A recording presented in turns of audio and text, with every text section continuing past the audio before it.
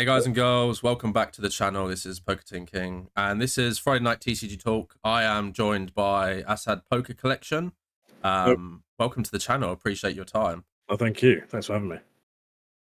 So, did you want to kind of introduce yourself a little bit for those that might not have watched your content before? Yeah. As Jamie's mentioned, I run a poker collection, which is a channel I started back in 2009. I was procrastinating from my neuroscience exams and decided that was a perfect time to start this channel after I came across a few unboxings and things back in the early days of just Wizard of the Coast openings of Pokemon.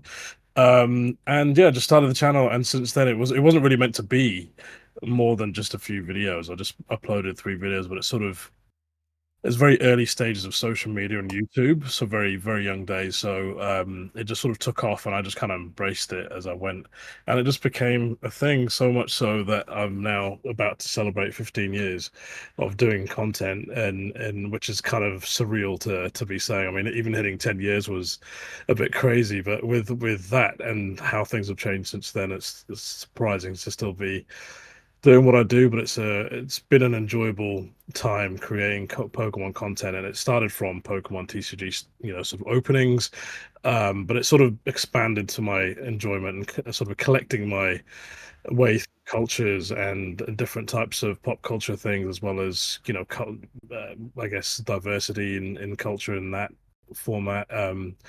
And just stuff that I like, outside of Pokemon as well. So it just became a real massive amalgamation of everything that I enjoy. So call it a collection of culture, because that's kind of what Poker Collection now seems to represent. So that's it in a bit of a digest. I can't really digest 15 years into just a few words, but that's hopefully Yeah, a good introduction for those who haven't watched my content yet. Well, yeah. yeah. It's 15 years is a very long time. I think so many things have changed. Yeah. We've spoken about it in the past before. Obviously, as a teenager, I was watching your content. Back then it was very different than it is now. There was only a few names that were sort of big, amongst yourselves and stuff. So it was quite, and it was very, I remember, it was basic openings, and you had like Yeah. TCBMs and BCBMs, people doing those kind of things. Glory days. I used to love those. I was actually talking to somebody else about them the other day who just brought it up, and I thought, my gosh, if you can mention those, you're definitely an OG of the YouTube Yeah, space. Yeah, it was a good time for sure. yeah, it was different. I think as social media was so different back then. I remember forums being so big for collecting. I spent a lot of my times on forums. Yeah, it was very different, and obviously Pokemon looked completely different back then as well. For those that a lot of people joined 2016 with Pokemon Go when that boom happened, and then a lot of people joined as well during the boom during like lockdowns and stuff. Yeah. So there's when you talk to people that have been sort of collecting and involved in Pokemon Yeah. for a constant years, there's not that many left. I don't think. A lot of people have dipped in here and out, and they've had they miss entire generations.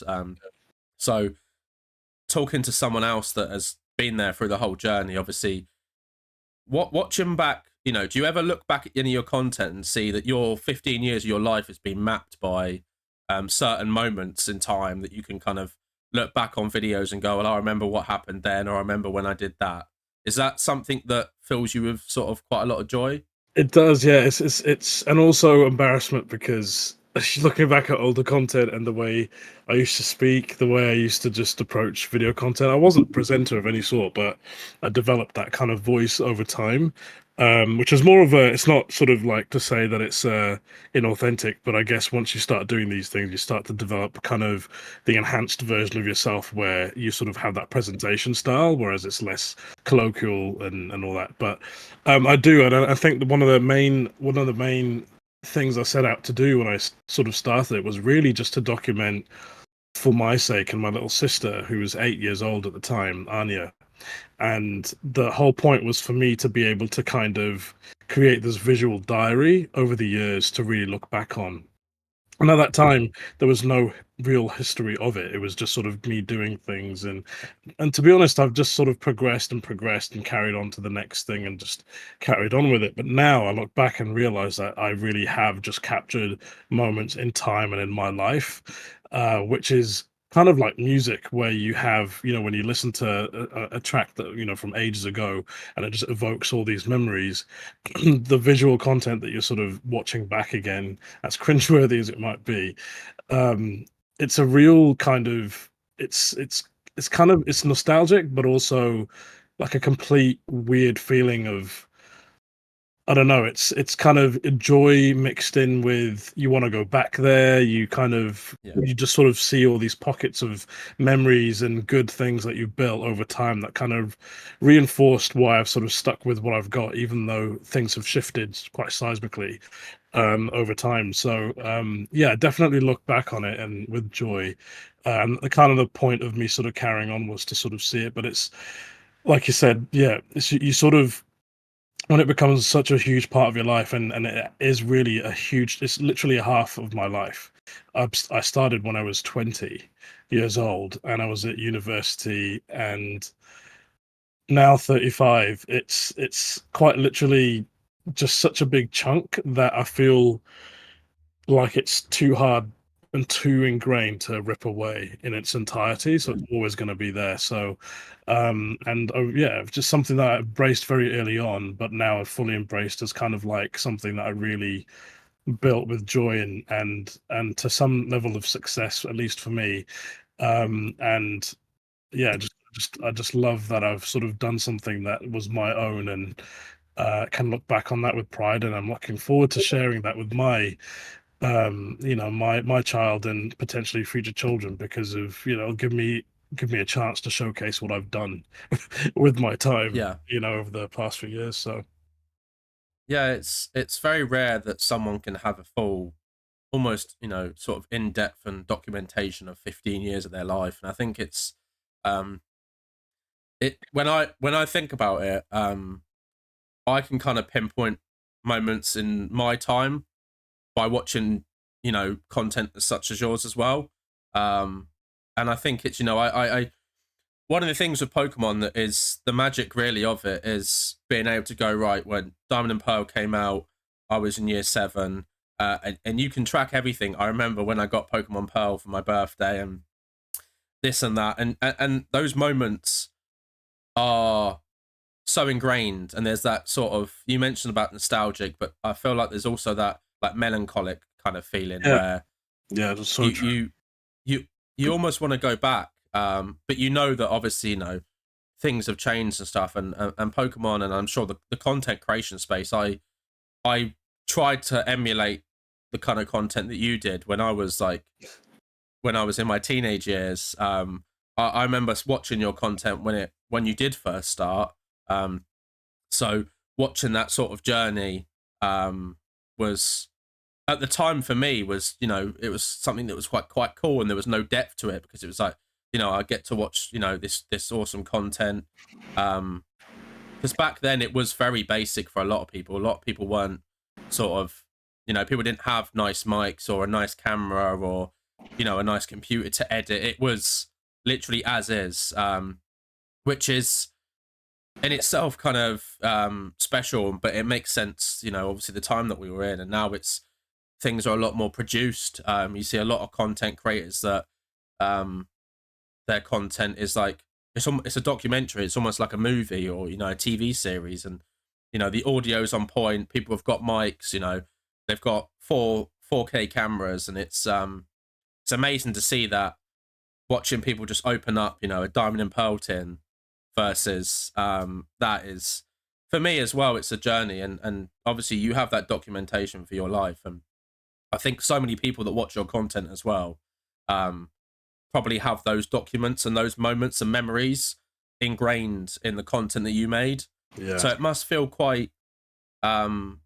must feel quite special for you, when people come up, well, when people message you, or people leave comments on your videos, and sort of maybe return back after not seeing it. I know when I found your Instagram, it was a few years ago now. I know we talked, because I was like, oh wow, like I sort of stopped watching a lot of content on YouTube Yeah. before I started making content again. I stopped myself and I kind of just I did my collecting and stuff like that, but I wasn't really, watching content and stuff. To see that you still making content was something that was really quite special for me, to know that you sort of stuck out, because a lot of people drop things, right? Like Yeah. that's fairly normal, and not just drop, but like people, they move on with their lives, things change, and things in people's lives, change, and they have to leave. Right, I've got a family, I need to spend more time doing that. I'll stop making content. But you're one of the few that stuck at it, and I think that's why it's worked so well for you, because people associate that. And I mean, you've got so many people that must be, as I said, contacting you, or might not even contact, but they know in themselves, that the content that you've had has been sort of there in moments of their lives that, maybe they really needed it. Yeah. First of all, it means a lot that you said that as to hear, and yeah, you're right. There are quite a few people who have messaged me over the years. I think you sort of, when you're sort of living your life and you're just carrying on with it, and poker collection is so ingrained with it that it's kind of like it's there when it needs to be there, and I get involved and stuck in. But then obviously priorities take over, and I work on that. But you hear from people here on social here and there, like randomly, and they sort of bring you back to realizing that, wow, you've done that. And it's also surreal to hear even what you're saying. It's also always, I've heard quite a bit about that sort of stuff, which is quite special to hear. And I remember when I was celebrating 10 years, it was quite an emotional one, because there's a lot of people they were kids. They were actual kids. And I think you don't realize, because you're growing up yourself, how fast childhood goes. And I guess that's nice to, I personally find it great that I can still tap into my childhood, and it's keeping me young in that sense. But I think you see it and you hear it from other people and the parents and stuff as well. You've had these kids come up to you in the past, and suddenly they're teenagers. They're taller than you are. It's they've got, deeper voices.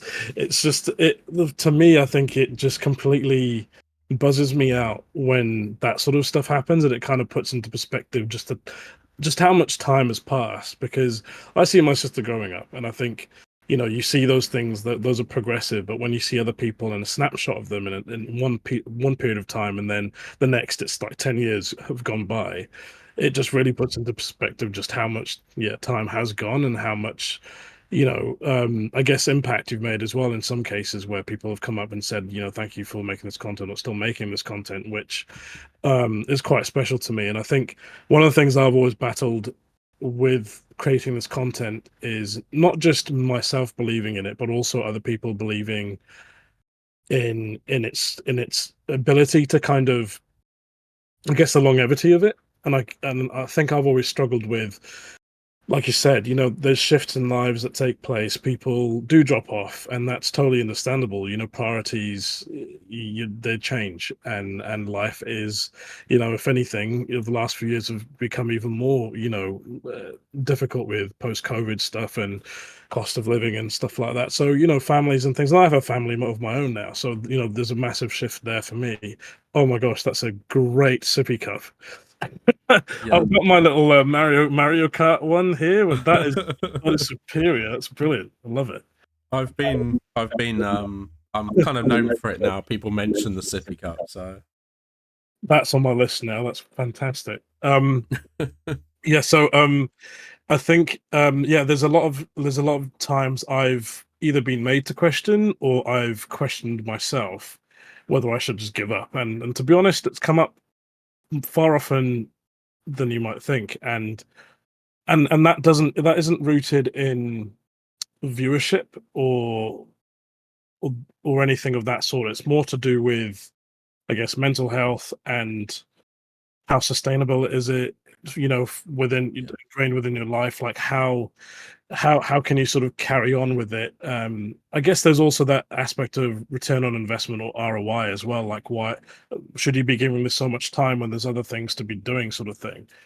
Um, but I've always been quite, I wouldn't say stubborn, but very motivated and determined to not prove people wrong who are sort of naysayers, but also prove to myself that you can sustain something and still allow it to coexist with everything else that's part of your life. And like I mentioned before, Yeah, 15 years is a long period of time. And though I've thought of those things before, um, to me, I think it was always important to have a little thing of my own to go back to, kind of the zen or the safe space for me. That's kind of a necessity to, just like music, it just to be there for your sanity and for your sort of escapism. Otherwise, it might just rip away a part of your soul. So I've always kept to it because I didn't really believe in eventually, I guess, giving up, because for me, I've yeah, done it for so long.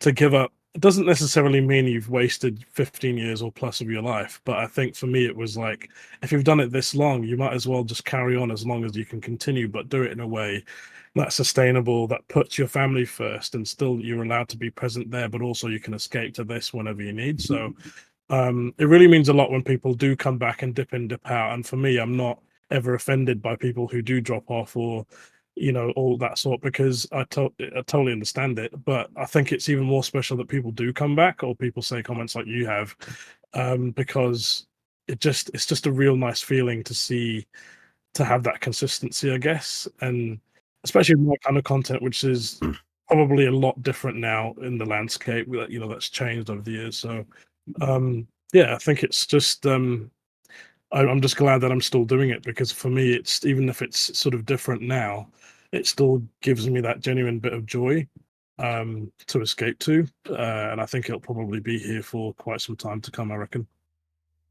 well, yeah, I mean, 25 years, when we hit 25 years, That'll be that'll be, and yeah, yeah, it'll be special. I think so many people, as you said, have dropped in and off. And I think about other content creators. Like, I remember Primetime Pokemon. I remember watching you and Primetime Pokemon, and then a couple others like Slay of MCA and Pokerpix were like the main ones that I watched. And I think I haven't heard that name in so everyone, long. Sorry. yeah, everyone sort of like made a like a break or dropped off or just left. I think a lot of people, as you said, you were 20 when you were doing it. um you might have had some time to do that, and it was like a bit of a project. And then a lot of other people were probably in the same, where they just sort of stopped. I did the same. I mean, I wasn't to that level. I think at my peak I had like 1,500 subscribers, and That's my great. content was, and back then it felt like amazing, because um that, I mean, it is a lot for anyone watching. Like 1,500 is a lot to have. You had, when you see a video and it does even just 500, that's 500 people that are sitting there that have gone, yeah, I'm going to watch that. And Yeah, which is, it's mad. Honestly, it's like standing up in a school assembly and people actually wanting to listen to you. yeah. So it's, I still remember my first 100, and that to me seemed yeah, quite a lot. So now when I look at it now, it might not be as big as, but still to me, it's just like, just, it's an amazing feeling to achieve yeah, something like that. Just even though it's not about numbers, interest to actually to watch. yeah. I think when you're making content, I think it can be quite hard not to focus on the analytics of it. I Yeah, think you naturally just track your own progress by numbers. I think we all do on social media. People do it with followers and subscribers and likes and shares and all that stuff. And it's kind of just naturally the way that humans are sort of process things. It's like, well, I need numbers to kind of understand what my progression was. I guess it starts from school, really, yeah, when you're getting marked out of 100 and stuff. So you're almost trained to think that numbers are the only way to track things, when yeah, um, we know that that isn't so much true in such a space like content, where, okay, I've had videos that have done quite badly compared to other videos, but I've also had people coming out going, "Thank you very much for making this. Really appreciate it." And it's like, well, that's fine. That kind of solidified why I made that in the first place. It was about sharing content that I enjoyed watching and content that I thought that there was additional information or content needed to be added to that space. I always, when I'm sitting down and thinking, right, what do I want to do next? It's always about making sure that I'm providing an experience that people might not necessarily just see, because I'm still, I mean, I only started really seriously making the content about a year ago now. So I think when you've been doing it for so long, you've got that core fan base that, as you said, people will drop in and out and stuff. And people are there for you because they enjoy your content, they enjoy your style, your personality, and they're invested in you. Whereas, when you're starting off, I think you need to be constantly thinking of, right, if this hasn't worked, let me do this, because you haven't got that backing of that sort of, I want to say fan base, really, but I guess it is, to an extent, it is true. You haven't got that fan base, so you can't sort of, it's trying to find your place in, I guess, the whole content creation space. Yeah. And it's so competitive these days, and people have, got expensive editing software, expensive mics, video cameras, the whole lot, as we talked about before the video. Yeah. So it's, people, I think, I've heard a lot of people that have got into content creation, and day one they just buy the most expensive of everything, and then they sort of drop off after like a month because they're like, actually, I don't enjoy this. But they've obviously spent all this money on the stuff for it. Whereas like scaling, building it up over time, making sure this is what you want to do. Yeah. You actually enjoy doing it, and it's not just for the views. Yeah. 100%. And I think the one thing I've actually always, a lot of people have, questioned about how do you become big on YouTube, or what equipment do I need? What should I start with? That sort of thing. And I've always been pretty saying, and I speak from personal, monetization wasn't even like a YouTube partnership there. And to qualify, you had to have a decent viewership by that point, but it's a bit more here now. But revenue was a lot higher back compared to. But I've always said the same thing. It's like you said, scaling. And looking back at my own content as well, like I've ever done scale organically, and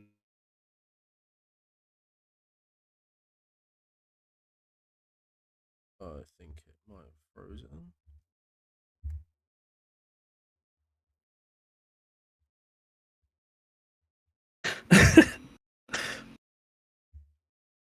Oh. Did it just freeze, I think? Are you there? Yeah, I'm there. The power just went out. I'm not sure what happened there. Oh god, did it go out for you as well? Because I can't, because the video's just still running. No, your screen just went black, sort of thing, and I was like, "What is happening?" Sorry about that. I don't even. That's not even happened at all for like months. Really? Wow. Okay, just bad luck. Literally just now. Sorry. That's what happens when you live rurally. Electricity is not your. Yeah, it's not a great time. Anyway, completely lost my train of thought. I thought everything went off. The internet must have been working still, so I don't know how that works. That's all right. I used to cut these things out, the videos, but people actually always said that they quite like the, I guess, bloopers side of it, really, where things, because it doesn't always go right, and I guess hopefully that translates. Swear. Hopefully I didn't swear in that situation. No, it's fine. It's good. That's the challenges of making content, right? It doesn't always go your way. Yeah, fun time. But you were talking about scaling and kind of like scaling content. So yeah, I sort of, like I mentioned before we chatted, it was just all about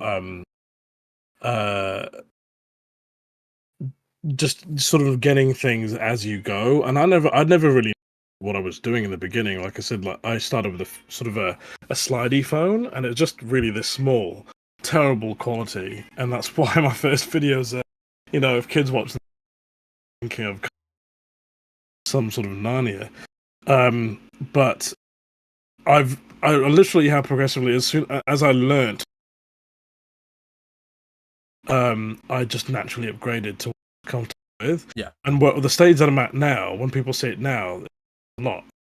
But that's also because I'm now under that I can do some of these things kind of in a way that's kind of appropriate and not over the top, but also Yeah. kind of manageable. Because I think, like you said, yeah, people can overwhelm them pretty quickly, and that will just lead to stress and burnout, and that's it. Also, people just think that you get instant success, and I think people forget that it takes a long time to build an audience. And even now, in this day and age of, I work in marketing, so we work in paid media space and organic media. I believe, unless you're on TikTok, it's even then it's harder, especially with long. Yeah, I think people have always sort of take it slow time because. I think your mic's cutting out there a little bit. Oh, is it? Yeah. I don't know if it's like maybe push to talk or something, but I think it keeps. It's like a delay when you start talking. Oh, is it? Is it working? How's that now? Yeah, that's perfect. Yeah. It was working at the start of the call. I think it's just since the I think something. Yeah, power drop. yeah, weird. But yeah, I think it's really important to just take it easy and kind of like you said, just scale up as time goes.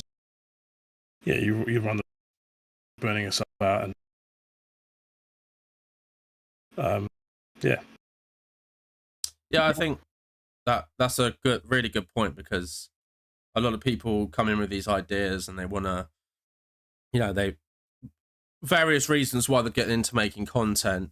And I think you're someone that's been doing it consistently for 15 years, whereas I've been doing it for about the same time, but not consistently. And that shows the results that I've had, because I dropped off a lot when it was always about that people quit when they're about to make it, or, they're about to do something good or achieve something. And I dropped off quite a lot of times, and through various things, when I started college and when I got a job. And so if I maybe stuck at it a little bit more, that's always like a thing in the back of my mind when I've started getting back into making content, was just be consistent and enjoy what you're doing. If there's a moment where you stop enjoying it, sit back and go, right, what's changed? Have I changed, or have I been too focused on something making the content? So now it's a case of like, when I'm doing it, I started with the desk, and I started making content sitting on the floor. I've got a little chair, a little table, and I had made like a little backdrop or whatever. And I was doing that for about a year, making content, and then I bought a tripod. Then I bought a better tripod. Then it was a case of like, got myself a desk and a chair from the junk shop that was like 25 quid. Because it does a service. The desk does what it needs to do. Yeah. And then slowly upgrading, getting myself a mic, a video camera. Recently got like a light as well for the table. So I've got like some better lighting. So it's like that scalability, that it's important to do it in steps, because it also feels like an achievement when you're seeing that progress in content. And I've got a friend he's like a sound and video engineer. So he was like telling me all these ideas of picking stuff up, and he was like, yeah, you should get this camera. It's only like $5,000. And I'm just like, no, I can't do that. Even now, yeah, it's too much. Yeah, I was like, the content that I'm making, you mentioned it before about the return of investment. That's, spending $5,000 on a camera to make videos on stuff like that, isn't. Maybe if I was getting like millions and millions of views a video, then sure. Yeah. But there's no point doing it right now, because there's not gonna be that much added to the content. Yeah. By having such a expensive equipment. Obviously, in his world, he's sort of used to that, and it makes sense. But obviously, for what I'm doing, the scaling side of it, I actually enjoy, because it does feel like an achievement. Going, right, what's next? What can I work towards next? And you know, and it does cost money as well. It's a lot of these things cost money, so it's doing it in time, you know, is kind of the best way to do it. But I think, yeah, content creation's a very funny one because things have changed. What would you say, from your experience, has been the main thing that you've had to? Has there been moments where you've gone, right, I need to sort of look at changing what I'm doing, or I need to adapt something? What Yeah. is there like moments in time you can kind of pinpoint?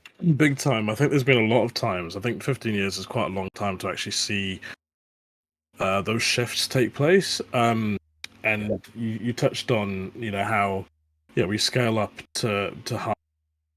Irony of what's coming is shortfall. So what we built up to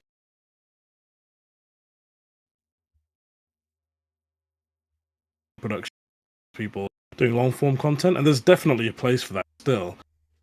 But the onset of vertical content, story, like scrolling, talk, all that shorts. The reason why those are so,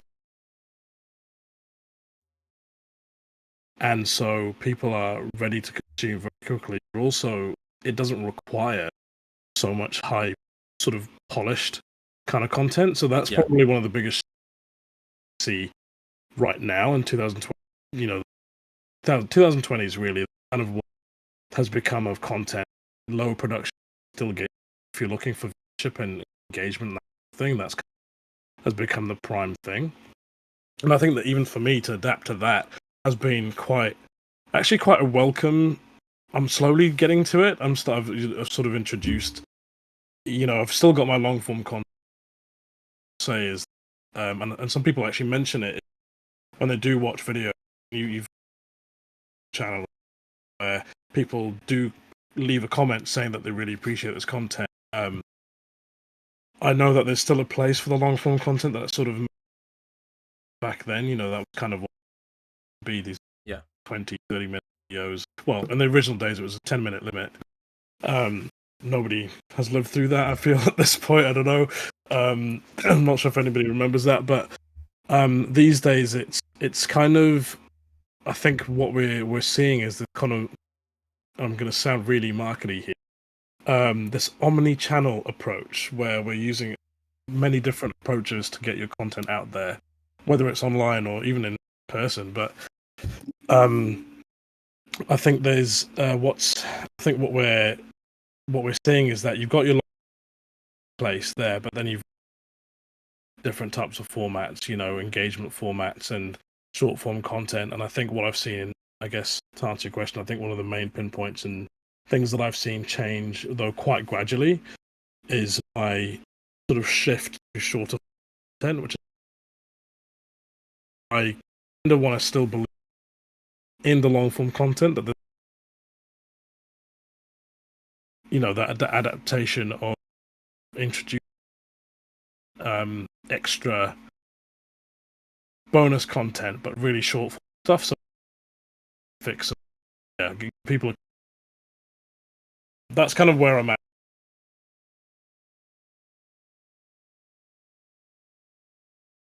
I guess one of the biggest one was sort of what I remember having a lot of things are coming back right now, but originally and one of the things I wanted to break out so that, you know, everybody's, you know, really diverse in their interest. For me, it was still be able to do Pokemon, try to bring in other aspects of it. And I remember the controversy that back in the day, and there was absolute outrage with people back then. They couldn't really handle that sort of change. But I sort of made sure that the route will be Pokemon. I've always dabbled in things like, you know, you and I talk. So there's food aspect, music, other games in general, you know, played life. Yeah, so just a multitude of things. So that's probably, and I guess I think one of the adaptations I've kind of refused kind of jump on the bandwagon for, which I can totally, it wasn't true to form to be too eccentric or too.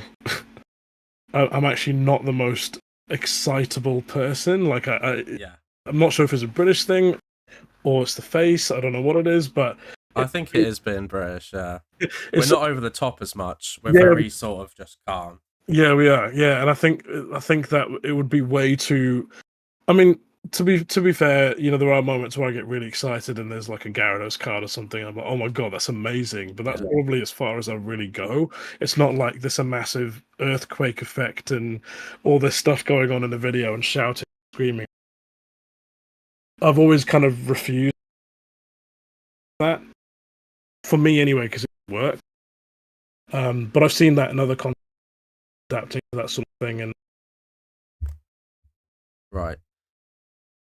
Yeah, so I think, yeah, as you were saying, like obviously over the years, content has changed massively. That short form, um, I'm still trying to learn that myself, and being someone that's used to watching, I know it started as 10-minute videos and it kind of became a little bit longer. Monetization came involved, so people were trying to make videos longer, and um, I know a lot of the content that I do, my videos generally are around 20 minutes, and then these kind of talks are around 45 to an hour.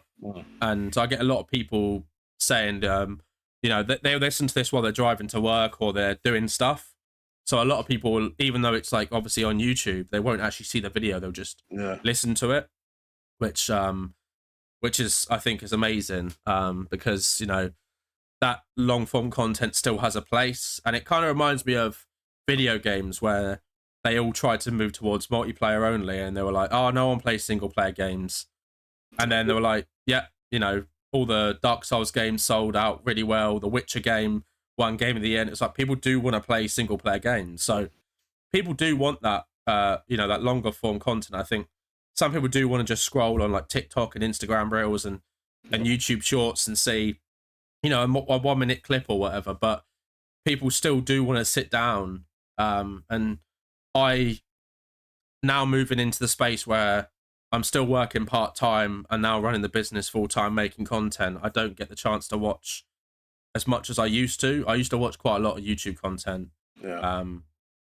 Same here. But like instead of watching TV shows, I just put YouTube on my TV and I just catch up on all my subscriptions. But now it's like I don't have the time to do that. And there's, it does kind of make me sad a little bit sometimes because I do really enjoy watching like a lot of content. And now it's like I don't drive, so I can't listen to stuff while I'm driving. And usually when I'm walking, I'll listen to like podcasty style things, which is kind of a lot different than the kind of content I watch on YouTube. So it's definitely changed. I think there is a place for both short and long content.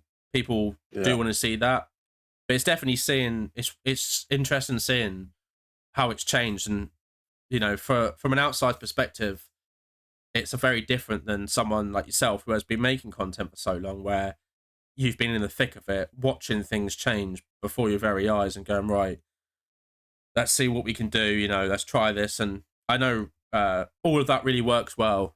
Shorts and stuff, I try to do shorts here and there. I still don't think I've cracked it. I still don't think I'm doing it how it's supposed to be done. I don't think there's kind of a way to do it, and except that it's right for you. You find your and like TikTok, they'll serve it up based on the algorithm of the people viewing content, and so you might just pin randomly, wherever that fits within that algorithm. So people won't see content, viral. Well, so I reckon, it's really about being and starting it. I dabbled in shorts, and some of them like that I've had probably in a while, particular video. So all I've just done is kind of create and while still being quite true to what I do, and sort of really kind of adding that to the mix of many things where I can film and just kind of making sure that it's available to everyone being catered to in a way without being overwhelming to think about. There's just so much content out to go out. You really, unless it's kind of paid thing, sometimes it's just pure breakthrough. So yeah, I don't think there's like a right way to do it. I think the only right way really is right for you. So I wouldn't be too hard on it. Yeah, I think it's about adapting, isn't it? And that kind of that works really well. But I want to talk more about just Pokemon really. So obviously the TCG we'll start with the TCG because the Pokemon cards themselves have changed so much now. You know, we go back to Wizards of the Coast stuff and it's very basic artwork for a lot of the early stuff. Now we've got like these illustration rares and trainer gallery, and the cards just look absolutely stunning. Yeah. How has that been for you as an actual collector? What are some things that you like really enjoy about Pokemon now, where you wish that perhaps things that had been done in the past should have been done like this, if that makes sense? Obviously, they've scaled it as well. You can see that, like we talked about with content. I definitely love the variety of cards that you get, because now that I look back at like the original sets that we loved and they were great as they were, now I look at them and think they're still amazing. I love them and still have the biggest place in my heart for them. But they were quite really basic back then, and you think, wow, you really just all you had was holographic. Have much else. So I think the variety is really cool. But what I do miss about the older cards is that the sets were a lot more manageable to collect completely. Yeah. And they're a lot more achievable. I think. And to be honest, it's been for me to complete a set, even a master set, you know, I kind of already concede that I'm not able to get the set, but I just sets anyway. Maybe in the future they'll that deserves it. But for me, it was, I think right now it's sort of rebuy journey of my own, the sets I've owned, maintaining them so that they keep their value and they're protected well. And I've noticed just how bigger. And I think it's a bit great with having the variety, especially kids. But I think what I struggle with is to make it not achievable, almost. So I worry about that. But I think what I do love about the new sets is that they're variety and sets. That could have been a really cool thing then. But I think they each have their pro. To be honest.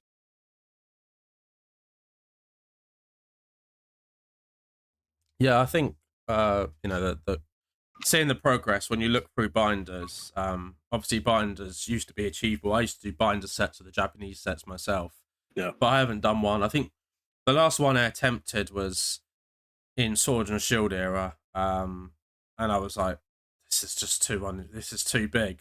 Yeah. It's way too big now. And I do like the variety of cards. I think I'd like them to revisit stuff. Like I'd like them to do another Rocket set. That'd be really cool. That would be the Dark Pokemon was really awesome. Mm. I liked obviously they did the gym sets, and then in Platinum they did like Platinum Rise and Rivals and Supreme Victors, they did like trainer Pokemon and like the the GL Pokemon and stuff like that. I really like that, and you had like a little picture of the trainer as well. That felt like a nice revisit. And we haven't really had anything like that. I mean, I know we have the trainer gallery stuff, which is, I guess, their version of doing it. But as somebody that enjoys that, I like obviously light Pokemon as well. We haven't had light Pokemon for ages. That was really cool. Obviously, you know, they brought back EXs, which was awesome. They've done that a couple of times now. I'm wondering if they ever bring back something like Gold Stars, or they just leave it as, or Shining. Like they obviously done Shining and Shining Legends and stuff, and they do the shiny sets now, but they don't feel the same. I think it's just because the art, like now you see a lot of the shiny Pokemon. You got all the obviously the baby Pokemon. it is very basic art with just the shiny Pokemon. Yeah. Which is kind of like a mini set in itself, so people do enjoy those. But seeing like a shiny Gyarados, shining Gyarados back when it first came out was just like, wow. I Like, still don't have that. You still don't have it? Still don't have it. I know. I was looking when I was rebinding it. I think I sort of deluded myself into thinking, because I've forgotten everything that I had, and I thought I had it, and nope. Yeah, not there. It was tragic. It was a tragic rediscovery, which was sad. But anyway, but yeah, I know what you mean. Yeah. I think the rarities back then, it kind of meant a lot more to get those ones. Yeah, and I think now it's not even like I guess it was scarce as well, but I think the art style was cool. I don't know, something different about that era back to now for sure. I agree. Neo era is amazing. My favorite is EX, but that Neo to EX era, that that sort of Neo sets, the E series, and then, but I think for those that a lot of people went back to collecting EX. I mean, I remember during the EX era, Pokemon was not popular at all. I dipped out as well. I went to high school and I completely missed most of that. Yeah. All of it. So many people did. Like, I remember, I think EX era was when Ruby Sapphire came out when I was about 8, I think. And I remember still collecting. And I remember Yu-Gi-Oh coming out at the time, and a lot of people went to Yu-Gi-Oh. And obviously, Wizards of the Coast weren't printing cards anymore, so a lot of people kind of dipped out. As you said, they went to high school and secondary school, and that EX era was like, not that many people collected back then, and it was such a quiet era, and that's why, since then we've realized that it's the least printed Pokemon sets, because the popularity wasn't there.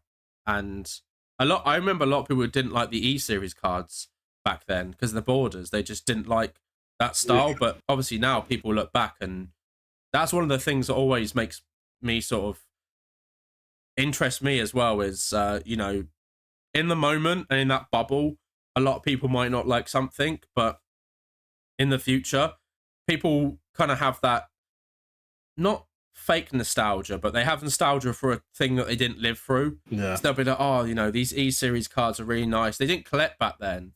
But then I'm just like, people didn't like them back then. They didn't like the border. A lot of the art was like computer generated and stuff, like the Charizard and stuff from Expedition. So it didn't have that sort of same feel as like the sets before and sets after. But yeah, I think Pokemon collecting is such an amazing thing, and it's changed so much now. Obviously, a lot of people grade cards to preserve them, and the whole the boom during 2020 and 2021 with Logan Paul getting involved in all these giant auction houses and these big prices. It's quite, for people that were involved in the hobby, seeing it change so much. It was definitely quite interesting, because we don't talk about the people getting caught up in it. I know myself, I think I got a bit caught up in just the hype of it all, and trying to sort of ground yourself and go, right, why are you collecting? What do you love about collecting? And now, sort of, a couple of years later, I do my Pikachu binder still, but I've started like grading my Pikachus so that they're preserved, and that's the main thing for me. I've got my Pikachu binder just below me, and it's got, it's the one consistent thing that I've collected. A lot of things I collect EXs, and I collected Gold Stars, and I collect like the Everlexes, but the Pikachu binder is the one consistent thing that throughout the whole time, and as basic as Pikachu is for a lot of people, I could track that, and it's quite special, and I think that's the magic of it, really, where a lot of people can't do the binder sets anymore, but people can pick. I know people that's favorite Pokemon is Wooper, so they'll collect Wooper Pokemon, and I just love the. Yeah, I just love the. I mean, Whismur and Spoink are two of my other favorite Pokemon. That's so cool. Because Whismur doesn't get enough love. I like Whismur. I think Whismur's always got a place for me. I think. Yeah, Whismur's cool. I love Whismur, and Spoink as well. Yeah. Spoink doesn't get enough love, so I think the they're my like three like favorite Pokemon, and obviously Pikachu is quite basic, but the other two are a little bit different. And I obviously, you've had Spinder as part of like Yeah. the channel for like so long, and I just Spinder for me was just such a funny Pokemon, the dorky Pokemon. It's that's such a funny one. And it was never something that was on my radar, until the Spinder incident, so to speak, happened on the channel. And for those who don't know, I sort of started the channel around the time Rising Rivals was released and Green Victor's first actual. And I was just getting that set right and center all the time, but I got these packs from the store, and I just opened them up in a row, and it was, I think, if I remember correctly, and Spinder was a rare in this non-basic boring card, but actually I love it. But I literally opened 3 of those packs, and it was 3 Spinders in a row, followed by Garchomp C level X, and which was kind of a nice cancelling out of the sort of dud pulls. But I think it wasn't actually me. It was my audience that kind of always brought that up, and so Spinder just became a natural kind of inclusion to me, that's so alive to me now. Like, it's a real actual living being that's always staring at me every day.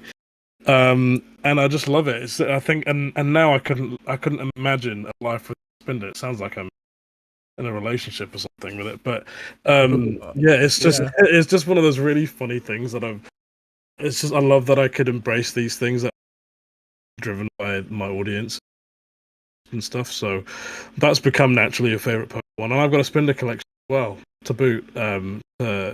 It's just a great little thing. And the funniest thing, it felt like it was a unit.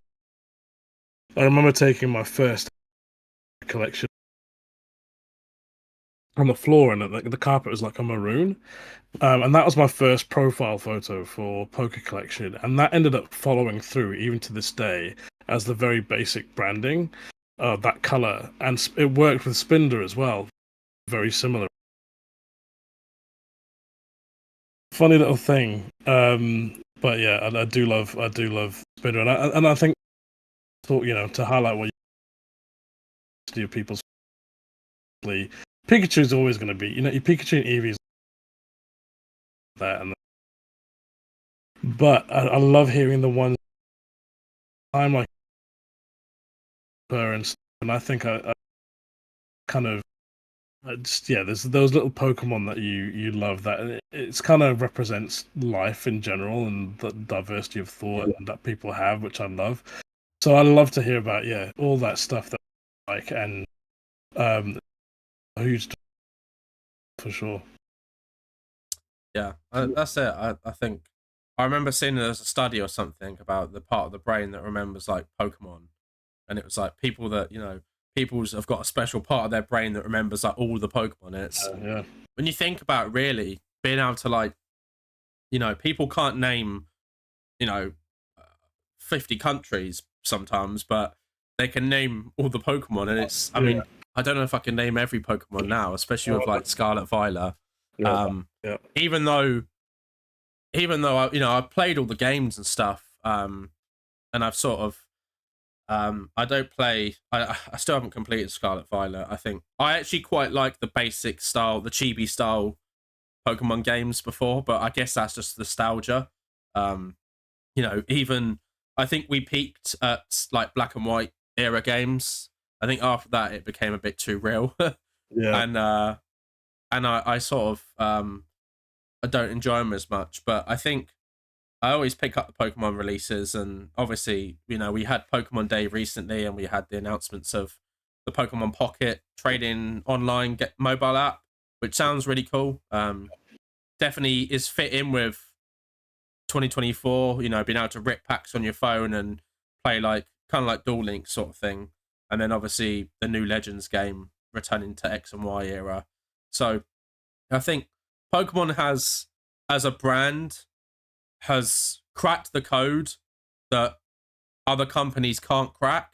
And people have said over the years, well, it's, you know, people have sort of compared it to Beanie Babies and gone, oh yeah, but it's a fad, it will die. And I'm sure you've heard the same thing over the years. You know, people that aren't in the space are like, yeah, but people will grow out of it. Or what happens when they can't make new Pokemon, or what happens? And the thing with Pokemon is they do it so well because every generation brings in a new set of fans. Yeah. And then all they've got to do is remake those games, or, you know, do an homage in a set where it like brings back some older generation Pokemon. And it's an infinite time loop because 100%. You know, I mean, you have people that are in there. It's one of the very few multi-decade IPs. So we're at 28 years now since Red and Green came out in Japan. So we are close to. I mean, I remember the 10th anniversary, the 15th anniversary, 20 and 25, and now we're close to the 30th anniversary. And I think it's ridiculous. It really is mad to see, and it's something that's been such consistent through so many people's lives, and that's why it's so special. So when people ask me, do you ever see Pokemon dying out? I don't see it happen in my lifetime. I think things might change a lot and it might look a lot different, but at the end of the day, you're still going to have Pikachu. Pikachu's still going to be the face of it. Like I've got like a sleepy Pikachu as well here, which is nice. I've got a little shoulder Pikachu here, which I've kept for baby collection, and he loves to come and say hello. Oh, that's cute. Oh, that's gone. Never mind. Oh, rip. He's gone now. He's fainted. It's interesting you mentioned that as well, because you know how you mentioned the EX era and how that was kind of the dud time for everyone. I always noticed that I think the people who grew up with the Wizard of the Coast sort of cards, I consider that the original era of kids or generation, that grew up with that. So I think naturally those all those kids, including myself, a lot of them didn't live through the EX era. Some people did, but not everyone, and I was one of those people. But I came back to it in that time where I became nostalgic, which was 2008, and that's when I created the channel. And a lot of people were doing the same, and that back nostalgia. I think that was kind of of that resurgence, and that stuck with generations from their kids or their family. Black and White was a prime example of how they sort of in a new generation that sort of solidified and carried that going in social media. Pretty much all the content sort of social era probably helped as well. Just catapult that into that constant stream of. So I mean, definitely going and rinsing and repeating in a way, but also innovating at the same time as well. But it's amazing how great. I think this time, this is going to sound really I don't feel cut this out, but I'm actually worried. I'm already feeling about what I miss Pokemon related.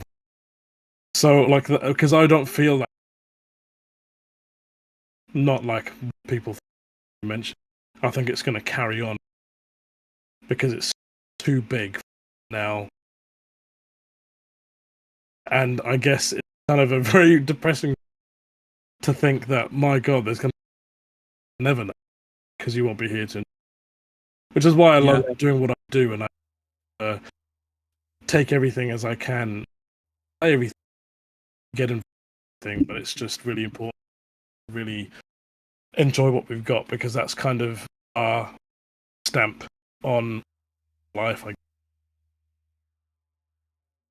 I think that's a great way. We'll use that as a great way to sort of end the video now. I think we could be sitting here for probably about 5 hours on this. I say this with a lot of people, but when you start getting involved and talking about it, it's kind of like and that's what I kind of want this to be, is people just talking about things that they really love, their experiences, their past, and kind of the future. What we're going to see with Pokemon is going to change so much over the years, but at least we know there's always going to be a constant of the characters that we love are still going to always exist. You know, we've not entered a kind of place yet, and I think I do worry it could happen at some point where like some Pokemon get removed for certain reasons. You know, they might make a Pokemon that ends up being a bit controversial, but I think because we know in the public media space that things get deleted here and there. I think Pokemon are very good with the way they do it. Obviously,